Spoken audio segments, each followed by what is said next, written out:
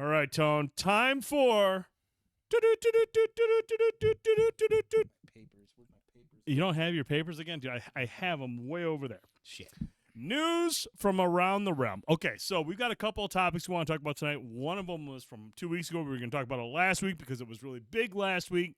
Still kind of relevant today, especially with some of the stuff that came out today about Call of Duty. They're dropping teasers for the next Call of Duty game. They've got on their website, they got this weird TV. You can click through the channels, different shit shows up. So again, smart marketing. They always find a way to do this shit for Call of Duty, and I can appreciate that. But we're going to circle back really quick to the big news from a couple weeks ago. Xbox is closing 4 studios, including Tango Gameworks and Arcane Austin. Now, there's a couple other studios, Roundhouse Games, which basically collaborated on Redfall. They're getting kind of like moved into the ZeniMax Online Studios, so they'll be working on Elder Scrolls Online. That's where they're going to go. And then there was Alpha Dog games. They were mostly mobile games. They worked on Doom or Mighty Doom. I don't know if you remember that little game that came out with a Doom guy running around. It was actually kind of fun. I don't remember that. But it was actually kind of fun, but that's actually getting sunset on August 7th. So they're not going anywhere. So a lot of people lost their jobs. Some of the people got moved around to different projects within Activision or Bethesda or whatever. But this came. This was shocking news to me, honestly. On that day, whenever it was announced, Xbox Studios head Matt Booty sent out an email to these studios that said these changes are grounded in prioritizing high-impact titles and further investing in Bethesda's portfolio of blockbuster games and beloved worlds, which you have nurtured over many decades. To double down on these franchises and invest to build new ones requires us to look across the business to identify the opportunities that are best positioned for success. This is reprioritizing of titles and resources means a few teams will be realigned to others and that some of our colleagues will be leaving us, end quote. So with Arcane Austin, that one was still shocking to me because they're a part of Arcane. They're a part of the people that made Deathloop, or is it Deathloop? Mm-hmm. Deathloop, the Dishonored games. Mm-hmm. But Arcane Austin was largely responsible for Redfall, which we all know by now that was just not a very good game, and it was poorly received. And other than a couple of like diehard fans, for whatever reason, they found the game was fun. The game was basically written off. Like nobody enjoyed it. It was bad AI, bad combat, just a lousy world to explore. And they were given a year. I mean, a year ago they were like, "Oh, we're going to spend the next year making the game better and doing this and that." But I mean, shit, there's people that aren't even going to get some of the characters they were promised when they signed up for like the season pass or whatever. They've been, since then, I think they've been refunded or given an alternative or something like that. But like, they basically just shut them down and said, we're done. We're pushing out one more update that adds an offline mode, and then we're out of here.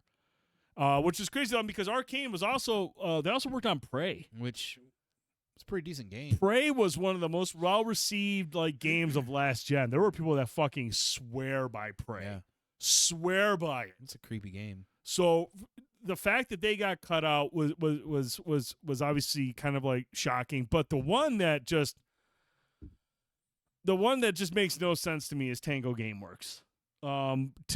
They put out Hi-Fi Rush last year.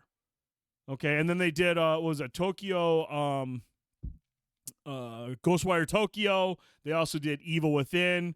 So they've got a pretty solid portfolio of games. Hi-Fi Rush was basically shadow dropped after an Xbox event to wide critical acclaim and commercial success. Mm-hmm. People fucking love this game. It was well received, and I mean, you got Aaron Greenberg's goofy ass. This was shortly after launch. He said, Hi-Fi Rush was a breakout hit for us and our players in all key measurements and expectations, Tone. All key measurements and expectations. We couldn't be happier with what the team at Tango Gameworks delivered with this surprise release. This is shortly after Phil Spencer went out and said, "Oh, we're about investing in our Japanese studios. We want to be more prevalent and more relevant in Japan. You want to have a great studio? You got Tango Gameworks. They're pretty fucking good at what they do." To explain to me, Tone, if Aaron Greenberg is out here saying shit like, hey, man, it hit all of our key measurements and expectations, and then you got fucking Matt Booty's email going, we're reprioritizing for more games that'll be more successful. What the fuck does a game on Game Pass have to do to be considered successful enough not to close down your only Japanese studio? I heard that game was great for the 20. Dude, that's not even remotely accurate. Like this, it's crazy to me that they go out and close down this studio like that. Arcane Austin, I understand that. I do. I mean, that sucks, but you've already got the main Arcane Lion. They're responsible for Deathloop. They also handle Dishonored. So, I mean, those franchises will continue to move forward. And that's fine. It's whatever. Arcane Lion or Arcane Austin fucked it up. It is what it is. But, dude, the fucking Tango Gameworks with Phil Spencer out there saying, yeah, we're trying to invest in Japanese games. We're super happy with what they did with this. We're investing in there more. Aaron Greenberg out there jerking it off. Oh, it hit all expectations. How the fuck is Tango Gameworks closed, dude? That's. I think out of all of this announcement, that was the biggest at that time, especially. Like, that was the biggest talk of it because everybody was like, critically acclaimed game. I mean, didn't somebody from Tango take a picture of the awards? They did. And put it out as well, too. Fucking ton of awards. Yeah. And didn't they just also put this game out because they believed it so much on other platforms? Yeah. Well, I mean, now everyone's. Well, I mean, that's why I think, like, you look at the things that Xbox is doing. I think there is a major power struggle right now with the people in charge of Xbox and the overlords at Microsoft. Well, before you jump into that too heavily, remember, this is the problem that they had with the Xbox One release because they had too much of the overlords getting their hands in there, and you had straight-laced khaki shirt tuckers out there trying to talk about Xbox and video games when they needed to be getting swirlies or something like that. Yeah. So trying to like explain all this stuff, had no idea where either element, messaging was terrible. That's what ruined the launch of the Xbox One, platformed the PlayStation that generation, the PS4, in a generation where Phil Spencer himself said, we fucked up because now when people were building their digital libraries, we were playing catch up the entire time. Yeah. So now we're back at this again. Like, so is this because of the way the rest of the world is working? Like, it comes down to money somehow. Well, it's shareholders. They want this and that. And I mean, look, man, but at the same time, it's like you're pushing Game Pass as like this way for creative talents to come out there and get their game out there to be successful and get it in front of as many people as possible. That's the point of Game Pass, to get it out there in front of as many people as possible. You put out Hi-Fi Rush to critical acclaim. People are playing it left and right. It's Aaron Greenberg said it hits every expectation. Why is the studio closed? Yeah. Clearly, the problem is, dude, and honestly, man, I think it comes back to Game Pass. I just don't think Game Pass is good for anybody in the development field, unless you're making Diablo, Call of Duty, or something like that. Your game will fucking die, and so will your studio. So, does this come also back to the acquisition of, like, let's say Bethesda first, and now Activision? Is this basically Microsoft saying, hey, Xbox, you guys' division have just eaten up a lot of money, but you're not getting a lot back here? Like, is this trying to trim some of that fat? I think part of the problem is, I mean, like, and maybe Greenberg meant it. Maybe he hit all the expectations, but when it comes to Microsoft, the overlords who deal with the shareholders, they're not seeing the returns that they're hoping to see. And the Xbox guys, they have to keep an image going. They have to let developers know, hey, no, you want to be in Game Pass.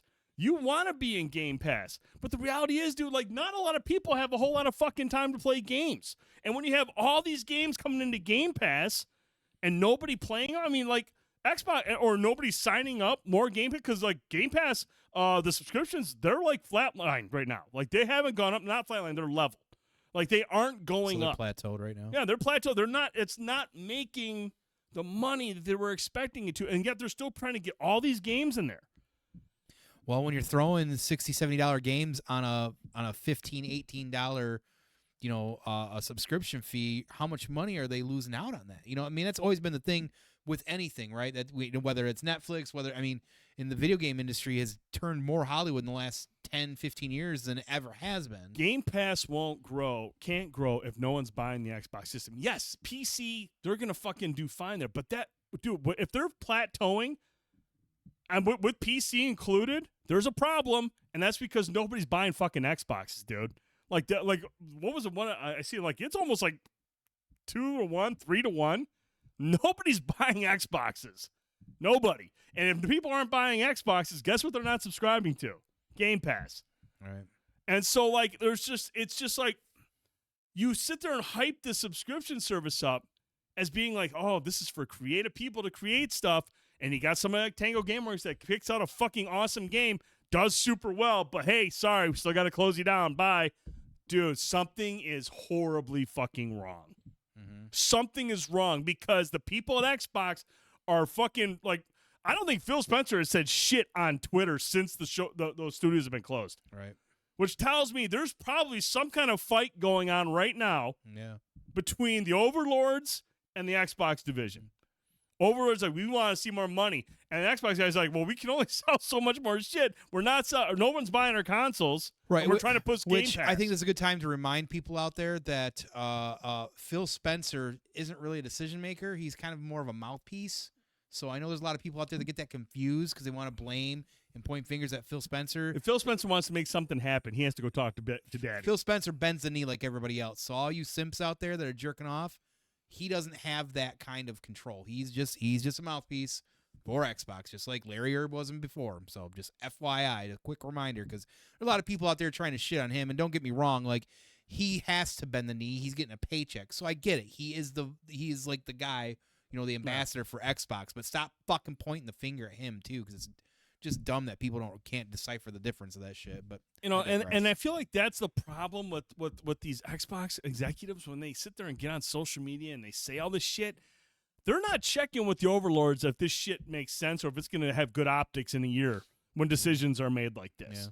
Yeah. And everyone's asking, well, why doesn't Sony get involved in the social media scene? This shit right here. Mm-hmm. You don't see fucking Shuhei going out there going, fucking buy PlayStation. And dude, those guys are so fucking quiet. Mm-hmm. Herman Hulst doesn't say shit. Because their overlords are fucking even more idiotic than the Microsoft guys. Yeah. The Sony overlords are fucking just a terror to deal with. Yeah. And that's why they don't fucking go on social media, because they don't have to sit there and go back a year and look at, oh, here's what Aaron said. Well, that looks fucking stupid. Mm-hmm. Oh, here's where Phil Spencer said, we love our Japanese studios. That looks fucking stupid. It's just like, dude, one hand doesn't know what the other hand's doing. And the overlords are going like, we want to start seeing the ROI or we're done here. Yeah, because after court costs and what they spent on this shit, they basically print money at Microsoft, but at the end of the day, they still have $70 billion for Activision. Man. The shareholders want to see something, dude. Yeah. And if Xboxes are fucking just dead in the water and Game Pass is plateauing, the shareholders are going, where's the money? Where's the return at? Yeah. Where's that money at? So, here's the next move now. Everyone's thinking, oh, what are they going to do? June 9th, there's an Xbox showcase.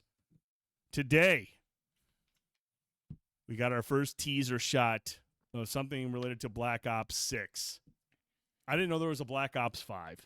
There's been rumors going on. This is going to be called Call of Duty Black Ops 6. Did I miss something? Was there a Black Ops 5? I thought it was 1, 2, 3, 4, and now 6. Did they reboot as a Black Ops? I don't know. So I too many of them. But the other thing going on now is that Microsoft has reportedly decided to add the next installment of Call of Duty to Xbox Game Pass. They're going nuclear. Because for a while, man, there was all this discussion. Like, Microsoft was like, do we really want to put a $70 game that sells 20 million plus copies a year into a subscription service where somebody can pay the bare minimum of $10.99 to get Call of Duty? Is this cannibalizing the possibility of making a lot of fucking money to get that return of investment that we need? Or is going nuclear the only way to kind of like jumpstart Game Pass and possibly Xbox sales? I don't think it's going to move any more Xbox units. I really don't. No one's going to sit there and trade in their PS5 at a loss at GameStop to buy an Xbox, to sign up for Game Pass, to play a game they may or may hate. Because I know a lot of Call of Duty players that do that shit. I'm one of them, man. There's sometimes I'll play Call of Duty for like a month or two and be like, oh, this ain't for me. And I'm done. And if all I do is play Call of Duty, I'm going to cancel my subscription because I don't want the fucking game. Mm-hmm. So it's just like, rumor has it that they are going to announce on June 9th that they're going to put Call of Duty into Game Pass when it launches this fall. Watch, it's just the campaign. Dude, that'd be hilarious. Concerns from some at the company that the revenue generated from typical Call of Duty sales would be undermined by Game Pass. Activision traditionally sells Call of Duty for $70, selling more than $20 million or 20 million copies on average. Another unknown is whether or not Microsoft will raise the price of Xbox Game Pass Ultimate. We've been hearing that for a again bit. After doing it last year. We've been hearing that again, yeah. The company aforementioned report suggested the company has considered it recently and may ultimately do so if it goes through with its plan to add one of the biggest gaming properties in the world to the service. Look, man, Call of Duty is the biggest game in the world. It is what it is. Can't bitch about it. The sales does all the talking. The game makes a ton. And having it in Game Pass, you would think would be super fucking appealing. But, dude, if Game Pass got Starfield, Diablo 4, Redfall, and we'll see what kind of impact Hellblade 2 has, and it's still plateauing, and it's still not moving consoles, there might be a bigger problem here. Mm-hmm. And if Call of Duty gets dropped in Game Pass, and those numbers don't start to spike right away, there's nothing else. Was Xbox going to get Steam access? PlayStation 4? Was Xbox going to get Steam access? Oh, like have Steam games on Xbox? There was a rumor about that too, and that could be something that could show up at the showcase. That's very possible. I don't know much about that. I know what you were talking about, and there was a rumor going around about that, how they were trying to figure out ways to get Steam somehow. Which is a good additive, but is that going to sell a console when you can just get a PC, or you know what I mean? Like, it might be for some folks for an option, but that's where the question is laying with all this stuff that we're talking about. Like, we're right now looking at the scope of like, what are shareholders doing? What's Microsoft doing? It because it all comes down to green. That's what's coming down. So that's great, right? Like, that would be cool as somebody who's got an Xbox. Like, oh, cool, Steam Access Library, my fucking shit. That's awesome, but does that move consoles, or does that buy in more people into it? Like, I don't know. That's a tough sell. You'd have to see that. And see, the other thing about it, like when you think about selling like Call of Duty, I think COD would have people buying Xboxes. I mean, maybe new people, but no one with the PlayStation 5 is going to trade in their fucking PS5. You know, they'll own the game if they buy it. They're not going to take a huge loss on selling their PS5 to get an Xbox Series X because they're going to have to pay an overage on that, and then sign up for a service that's the same as PlayStation Plus. So, let's just be honest. The PlayStation community is not going to like just sell their stuff to get an Xbox. There might be some people getting that, and that's why this is the nuclear option. By putting COD in Game Pass, I'm sure it'll bump Xbox sales. They'll probably see a spike, because if they don't, they are fucked. Right, because people will. I don't think anybody's saying that they won't sell Xboxes, but like, is it enough to recuperate not selling a game for $70 or more and paying a $20, just under $20 for that subscription price? You know, that's again. So like, that's why I'm saying this conversation's a layered conversation. You can't just look at one piece of it and go, oh, well, this or this. No, it's actually quite layered, I think. And that's what makes this unique, because Xbox has been the forerunner for such a long time, no pun intended, of being a video game publisher that wants to run your media, that wants to be on everything. They want this video game subscription thing to be everywhere. Well, at this point, if they're not moving and making money to recoup what they've done, and they're continuing to put out these titles that people, you know, like all these games that I always say are like, there's some big AAA games out there that are finally getting out there, but a lot of the games they put on Game Pass are C's and B's, to be realistic. Like, look at their fucking ratings on them. That's just how it is, right? Mm-hmm. You know, it's some of it's shovelware, truth be told. But they need to recoup this stuff, and if they can't, that's I think where the conversation is. Are they going to change that model back? Are they going to have to rethink it? Or, we've been saying for a long time, like, they want to get it on other devices. Is that going to move that timeline? Are they going to start thinking maybe we really need to get Game Pass onto PlayStation in a potentially handheld Xbox, more on your mobile, something different, right? Like, to get those subscription access, because they're not making them doing what they're doing now, and you're starting to put out these big titles, right? So it just seems like, who really knows? It's definitely a lot of questions that kind of come with this as well too, because you see this and you're like, what's going on here? And see, I see what Miz says. He goes, seems like a desperate move to save someone's ass. And like, I mean, look, it's Microsoft is fine, but as the overlord of Xbox, they said, hey, Phil, here's $70 million for Activision. Here's $70 billion for Activision, and here's $8 billion for fucking Bethesda. Here's this. That's fine. Do what you got to do. But we want to see some money coming back in. And if you look at the moves they've been making, clearly things are amiss. All these games have come out, Starfield, Diablo 4, et cetera, plateauing. Subscription sales are not going up. Okay? So that's not good. Mm-hmm. We're not making our money back. We need to make money back because this shit's we've spent a lot of money. And then you look at what they did. They released Sea of Thieves, Grounded, Pentiment, and what was the third? What is it? Hi-Fi Rush. They dropped 4 of their games on PlayStation, and they were like some of the top 20 sales on PlayStation. Like they had 4 or 5 of their games in the top 20 sales. They're trying to make as much money as possible. Microsoft put those out there because we need to make money to recoup these costs. Mm-hmm. So they're doing that. There are going to be more Xbox games coming to PlayStation and Switch for sure. Because if Call of Duty doesn't move the needle, if we don't see the uptick, dude, I won't be surprised if they're like, we're bringing everything. Yeah, because it's not about Halo, Gears, everything. Right. If they sell, like, because again, it's about quantity at that point. It's not about if people are going to buy the Xboxes. Is it going to be enough? That's where they're, to move the needle to where a Microsoft exec or a shareholder says, oh, we see the money coming in. That's great. Like, is it going to be enough, right? Because how many people out there don't have a console or maybe haven't yet upgraded this gen? We're halfway through a gen, right? And this might be a good point for them to jump in and say, oh, cool, I'm getting the new Xbox Series X, and it comes with a Game Pass subscription for 3 months, and that means I get Call of Duty for $600, $500, right. $600, right? Yeah, those people are still out there, but it's few and far between at this point when you're halfway through a console cycle. Yeah, I feel like if this was the start of a generation, it'd be complete. That's why I feel like this is. I think Ms. is right. This is a desperate move. Jay Hill says, "I've never looked at the financials. Does Xbox money gaming make profits? Yes, it is profitable to Xbox, but the shareholders, considering all the investments that they've made, are looking at those profits and thinking that's not enough. That's not enough for what we've allowed you to do. That is not enough. 700 billion was it? 78 billion. 78 billion. Excuse me. For 2 publishers, right. Bethesda and Activision.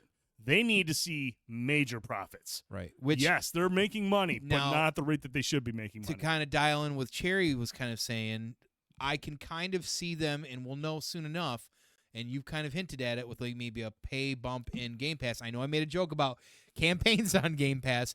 I could see them doing a somehow layered version of Game Pass with pieces or things that add content or things that you want with Call of Duty, and them kind of saying, okay, well, if you pay the $10 version, you get these modes, right? If you pay the $20 version, you get campaign, these modes, and maybe this. If you pay $50 with your Game Pass subscription, you'll get the game, but you'll get this, and this too. So that's why I'm saying, like, I almost kind of wonder if they're going to, do some weird morphing of Game Pass. And here's the thing, dude. If there's one thing Microsoft or Xbox has been good at for the last couple of years, it's taking one step forward and 2 steps back. Yeah. They have found a way every time to do something good and then fuck it all up. Yeah. What I could totally see happening is on June 9th, they're like, hey, Call of Duty's coming to Game Pass. Everyone's like, fuck yeah, that's the new. And that's the only news that matters. Call of Duty is coming to Game Pass. All the casual gamers that don't follow this shit are going to be like, oh, man, Call of Duty's on Game Pass. A week or two later, Xbox will be like, here's some of the changes we're making to Game Pass. Right. And there's going to be some next-level bullshit in there to where, like, the price is going to go up and only the top tier gets access to Call of Duty or something. Yeah. Where everyone's gonna be like, "Oh, fucking come on!" And that'll be the fucking step back. It's always about it. It is a little bit of it. Sometimes is about their messaging. Sometimes. And dude, that's one thing they are fucking good at screwing up is their messaging. Yeah. Build the hype. Call of Duty on Game Pass. A couple weeks later, when Summer Game Fest is going on, everyone's hyped about that. Oh, by the way, here's we'll tell you more at this next thing. Here's a small press release regarding Game Pass. Some of the changes coming, and everyone's gonna be like, "What the fuck?" Right. Random. What if Xbox goes away as a console? Is there another system that gets? That's what everyone's kind of fearing, and nobody wants that. Nobody wants Xbox to get out of the fucking market of consoles because nobody fucking wants just Sony and Nintendo going at it. Right. You don't want that. You don't want Sony and Nintendo as the fucking two console makers. Now, whether or not someone else could step in, maybe Google or fucking Apple or somebody link up and they're like, hey, let's make a console to compete. That's always a possibility. But I don't want Xbox to leave. Now, look, Xbox has enough studios now to be a publisher. We're like, hey, we're only going to publish games. But, I mean, I don't want them to leave. I just want them to stop fucking up. Right. Even if they were to just hang around as a publisher and say, okay, and we've talked about this numerous times before, like, again, because they want to be on all media, they could figure out a way, and they may have to down the road, to not mass market consoles because there wouldn't be a need for them. If they just literally put their Game Pass model on everything in the world, that would recoup $78 billion. And that's what you kind of wonder. Like, they say they're going to make another next-gen console, whether that ends up being a handheld of some sort, whether that is an actual console, and I'm sure they still will, but they've got to be thinking, like, how are we going to evolve? Because now it's not about evolving the hardware, it's about evolving the software because they got to make that money back. And see, Trick, I like the idea of being able to upgrade your console, but that defeats the purpose of consoles. Consoles are always just plug and play. Everything is the same across the board. The reason consoles exist is because PCs are so fucking goofy to the average idiot like myself. I don't want to go out and buy a CPU. I don't want to go out and buy a graphic. At the rate graphic cards are fucking upgrading every year and getting fighting over them? That's way too expensive. That'd be fucking asinine. I want to be able to just plug in my system and play the game on it, and not have to worry about do I have enough GPU or CPU to run this game. That is why consoles exist, because of the PC market. And not only that, but I think a big part of that is still infrastructure. There are still people out in the thumb of Michigan that don't have great access to internet and can't deal with DRM, online checks with their licensing. So consoles are still a relevant form. If they weren't, then Sony wouldn't sell so much this last generation either, right? People would just be buying PCs, but there's still a need for those on different levels as well too. Now, as time goes on, that continues probably to change or whatever, but some of us have PC, PS, whatever. I guess I only have a couple laptops at this point, but I don't really game on them. But that's something I'm looking to. Like, I want to get a PC. I want access to my Steam library again and things of that nature. So there is still need for them, but a lot of folks end up having all of them anyways, I guess. So Game Pass is still going strong, though. It's not, though. That's the thing. Like, it's not going strong. Like, it's still got a nice amount of people subscribe to it, but it's not going up. It's not going up. I understand that. It should be way more with PC. I mean, it's not going strong. I understand that part of it. It's up 36, but there should be more. And that's why the investors, the shareholders, are not happy with Game Pass. It's not going strong enough. That's the problem. It's not going strong enough for a $78 billion investment to two publishers. Not going. You can post all that you want. Everyone's talking about it. It's not going up fast enough. I get all that. I read all that. I understand all of that. I've read all that. It's not going up fast enough. If you want to go through and find the stuff where it's not going up at the rate the shareholders want. Like, I get that. I think BK should be on the Game Pass, need a double. Well, I mean, even though that is the case with all that stuff, if that is the case, then why is all this stuff over here? Why are we talking about what we're talking about then? Yeah, I mean, look, you don't. Why sit are we there talking and about put this stuff? Call of Then Duty into shut Game down, Pass. shut stream down. Like what? I mean, that's my point though. Like that stuff is great because that's true, right? That those are actual numbers on that stuff. But again, like you're not shutting down studios if it's all gravy. No, That's not how that works. I don't get what all that is. Like I read all that stuff too. It's not doing good. It's not dying, but it's not showing the trajectory it needs to be on. Mm-hmm. Otherwise, they wouldn't be sitting there putting other games out on other consoles and putting Call of Duty into Game Pass. The numbers, I understand they're increasing. They're not increasing at the rate that they needed to. That's what I'm saying. And that's what the investors are seeing. And that's what the shareholders are demanding. They want numbers to increase. Not, those guys have to sit there and report, yeah, the numbers look good. The shareholders are like, no, not good enough. There's a difference between what they're reporting because they need to make it sound good. The shareholders do not think they're increasing enough. That's the problem. And that's why Xbox has to do all this stuff because Microsoft is looking at those numbers going, no, not good enough. So, I mean, it is what it is. And they wouldn't be making these moves if things were gravy. So, I mean, the console's not selling either. So if you're not getting new subscribers because the console's not selling, you need to have the games. So, I mean, I don't know. I'll be curious to see what happens. If this Call of Duty thing does not work, that's a problem. Mm-hmm. If these numbers don't spike higher than what they reported with Call of Duty in there, they have a problem.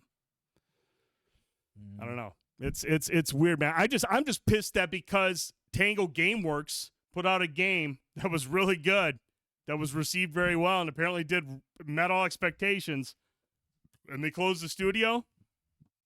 Somebody ain't seeing eye to eye. The Xbox reports and the Microsoft people are not seeing eye to eye right now, and that's a problem. All right. Next piece of news. Adam Wingard, the director of the last two Godzilla movies, will not be returning for the next the next movie in the Monsterverse.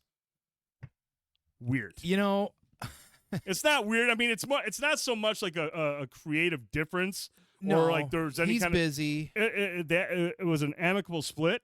So it leaves the door open for him to return, but he is currently locked into something with A24. Yeah.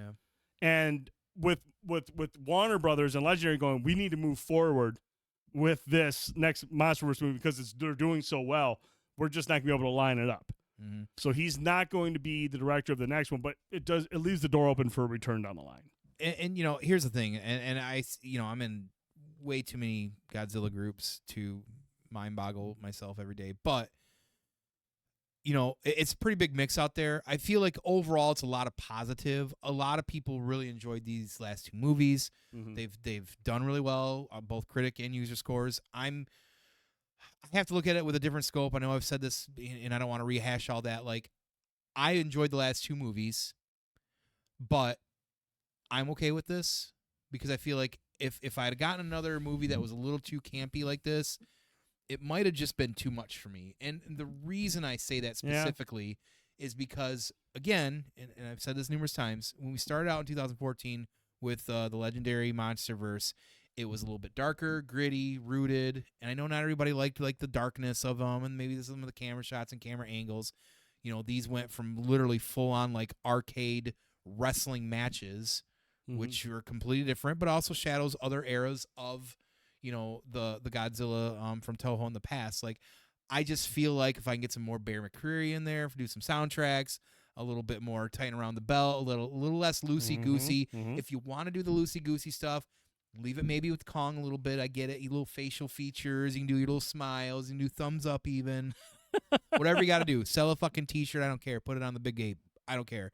Like I said, again, I preface this by I enjoyed these movies, but he wanted to have a good time. He wanted to have fun. These are big, great cartoon kaiju movies. Mm-hmm. And honestly, I'm thankful that we have them because otherwise it's better than zero, right? Right. But I'm fine with him moving on for now.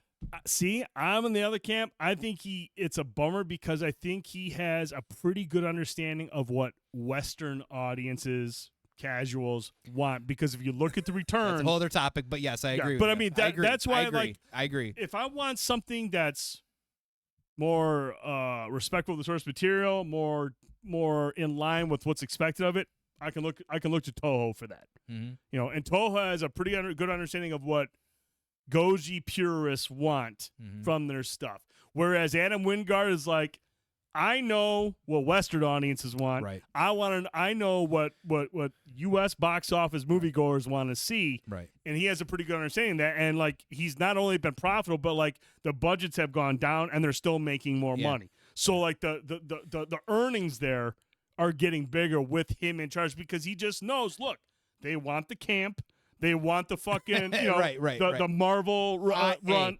I listen. The big dumb idiot Americans with the big hands want little story and a lot of action. Yeah, I fucking get it. There's a lot of things I like with that, and I respect it for it. And like I said, I've enjoyed them. Yeah. I get why the big dumb idiots want them. You know, I'm one of them. I still enjoy them. Yeah. But at this point, for me, because of again where it started with Legendary and where we've come. It is two completely different things. And that's why I don't think you can go back because I think it would just be kind of jarring. You're probably right, and I think it'd be jarring unless you reboot and they probably won't. You know what I mean? And they probably won't, and that's fine too. Like I'm just like again, and I'd say that to say all of that because I'm pretty like objective about it. I feel like I still enjoyed them.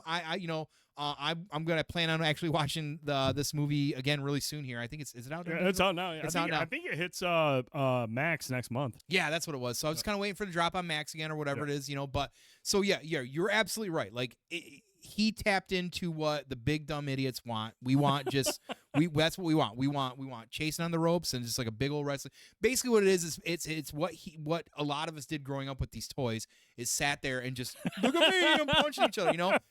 And that's fine. Yeah. I'm not shitting on that, you know. But for my money, man, like I keep saying, you call me an idiot, to Jay Hill. Well, hey, I put myself in the same box. I'm just saying, like there is a distinctiveness between the storytelling from where we were and how we are right now, and it's just that's just it. It's just from the storytelling and how the fights and everything were generalized as well too. I mean, you even look at fucking Skull Island.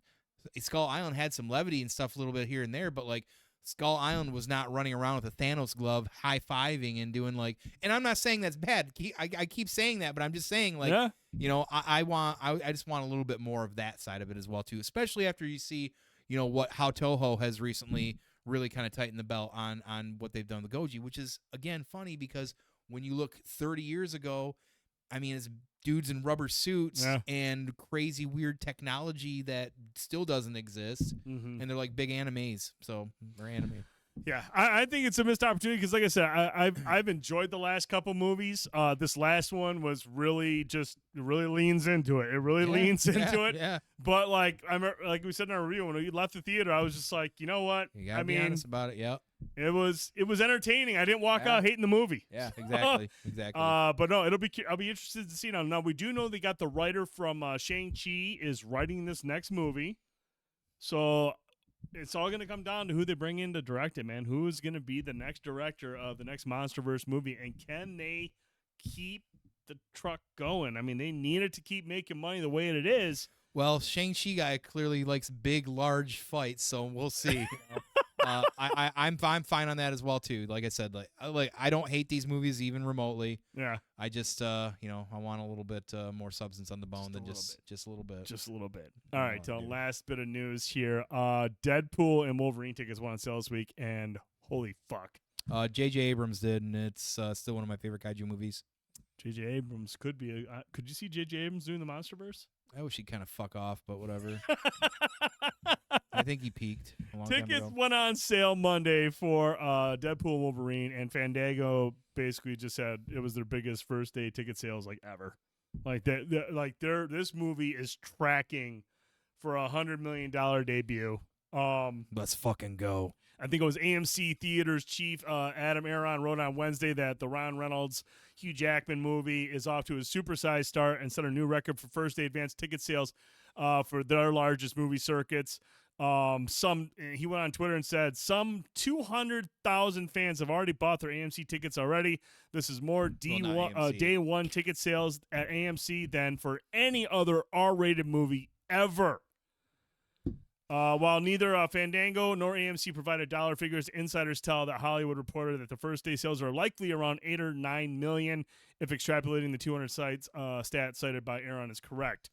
You said R-rated movie. R-rated movie. Under Disney.